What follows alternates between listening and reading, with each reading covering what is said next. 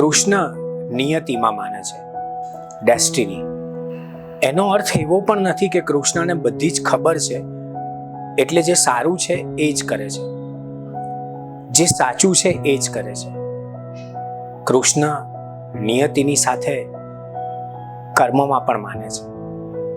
માનવ દેહ ધરીને આપણા હાથે જે કર્મ કરવાના છે, આપણા નસીબમાં જે લખ્યા છે એ કર્મો તો આપણે કરવાના જ છે. યાદ રાખવું કે દરેક કર્મનું સારું પરિણામ આપણી રાહ જુએ છે. ક્યારેક આપણી શ્રદ્ધા વિચલિત થઈ જાય, ક્યારેક આપણને અજંપો થઈ આવે, પણ યાદ રાખવું જે આપણામાં જીવે છે એ કૃષ્ણ છે. આપણે દુઃખી થઈશું તો કૃષ્ણ પણ દુઃખી થશે, અને આપણે દુઃખી હોઈશું અને એવું વિચારીશું કે કૃષ્ણ સુખી છે તો આપણે પણ સુખી જ થઈશું. સુખ અને દુઃખ એની સરહદ બહુ પાતળી છે, ખૂબ પાતળી. એ ભેદરેખાને જે સમજી જાય છે એનો ઉત્સવ આ ક્ષણથી જ શરૂ થઈ જાય છે. હૃદયની દ્વારકામાં તમે પધારો શ્રી કૃષ્ણ.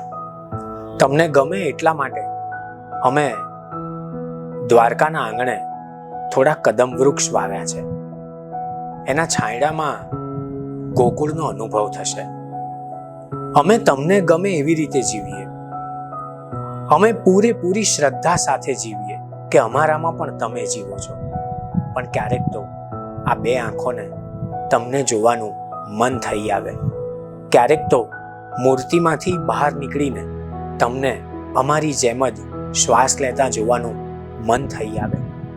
અમે જાણીએ છીએ તમે હવે અલગ અલગ સ્વરૂપે અમારી આસપાસ જીવો છો. એ બધા સ્વરૂપોમાં તમે છો એમ સમજીને અમે જીવીએ છીએ. તમે શીખવાડ્યું છે એમ જ અમે કર્મ કરીએ છીએ. બોલવાનું હોય ત્યાં બોલીએ છીએ, ગુસ્સે થવાનું હોય ત્યાં થઈએ છીએ, પણ નિયતિને સ્વીકારીએ છીએ. હે કૃષ્ણ, અમારા નસીબમાં તમારો વિરહ છે એ અમારી નિયતિ છે, પણ એ વિરહમાં તમે જ છો. એ અમારું અને તમારું આપણું શાશ્વત મિલન પણ છે. કૃષ્ણની ભક્તિ કરીએ છીએ અને છતાંય કૃષ્ણ મળતા નથી. આપણા બધાનો આ પ્રશ્ન છે. મારે એ પ્રશ્નની સામે એક પ્રશ્ન મૂકવો છે. આપણે કૃષ્ણની વાંસળી પણ સાંભળી શકતા નથી, તો કૃષ્ણ જે બોલ્યા છે એ ક્યાંથી સંભળાશે? આપણી પાસે ભક્તિ છે, પણ એ ભક્તિ પાસે આસક્તિ છે. હું આમ કરીશ તો મને આમ મળે. હે કૃષ્ણ, હું આવું કરવા માંગુ છું એટલે તારી ભક્તિ કરું છું. ક્યારેક એવું બને કે સાવ અકારણ એની પાસે જઈએ, કશું જ માંગ્યા વગર એની આંખોમાં આંખો મેળવીએ, અને પછી પાંપણથી કીર્તન શરૂ થાય તો કેવું? રાધાએ કશું માંગ્યું નથી અને છતાંય વિરહ મળ્યો છે. બહુ સાચી વાત છે.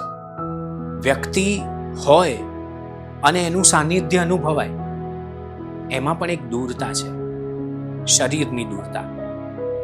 વ્યક્તિ એટલી પાસે છે કે હવે વિરહમાં પણ મિલન અનુભવાય છે. ભક્તિની આ પરાકાષ્ઠા ઉપર જે આપણને મળે છે તે કૃષ્ણ છે. જગત નિયંતા કૃષ્ણ છે. કૃષ્ણ પૂર્ણાવતાર છે, એટલા માટે કે ત્યાં બધું જ આપોઆપ સહજ થાય છે. કૃષ્ણ સંપૂર્ણ સ્વીકારના વ્યક્તિ છે. એક બંસીધર કૃષ્ણ છે, બીજા યોગેશ્વર કૃષ્ણ છે. બંસીધર પાસે ભક્તિનો મહિમા છે, યોગેશ્વર પાસે ગીતાનું જ્ઞાન છે. પહેલા ભક્તિ ફૂટે અને પછી એ ભક્તિને પાંખો જ્ઞાનની ફૂટે, ત્યારે જીવવાની મજા જુદી આવે છે. એકલું જ્ઞાન ક્યારેક એવું બને કે શંકા ઉપજાવે, પણ ભક્તિ સાથેના જ્ઞાનમાં આર્દ્રતા હોય છે. ભક્તિ સાથેના જ્ઞાનમાં વિહ્વળતા હોય છે. ભક્તનું હૃદય જ્ઞાનથી સમૃદ્ધ થવું જોઈએ. વાત એટલી જ છે કૃષ્ણની, પૂર્ણ પુરુષોત્તમ કૃષ્ણની. જીવન આપ્યું છે, એ જોવે છે, એ અનુભવે છે, અને સાચું કહું આપણામાં એ જ જીવે છે. તો પછી ચિંતા કરવાની જરૂર નથી. માત્ર એને સોંપીને આપણી ભક્તિમાં જ્ઞાન અને જ્ઞાનમાં ભક્તિ ઉમેરવાની જરૂર છે. જ્યાં ભેદભાવ નથી ત્યાં કૃષ્ણત્વ છે. દરેકની સાથે દરેકને દરેક જોડે સેતુ બનવાનું કામ કૃષ્ણ કરે છે. જ્યાં જાતિભેદ નથી, જ્યાં માત્ર સમાનતા છે, ત્યાં કૃષ્ણ છે. જેટલું આ જગતમાં સામાન્ય છે એ બધામાં કૃષ્ણત્વ છે. એક બંસીધારી વ્યક્તિ યોગેશ્વર બને છે ત્યારે એની આખી સમગ્ર લીલાને એના સિવાય કોઈ કળી શકતું હોતું નથી, કળી શક્યું પણ નથી. અને છતાંય કૃષ્ણનું આખું જીવન એક મેસેજ છે. આપણા જીવનમાં કૃષ્ણ છે જ.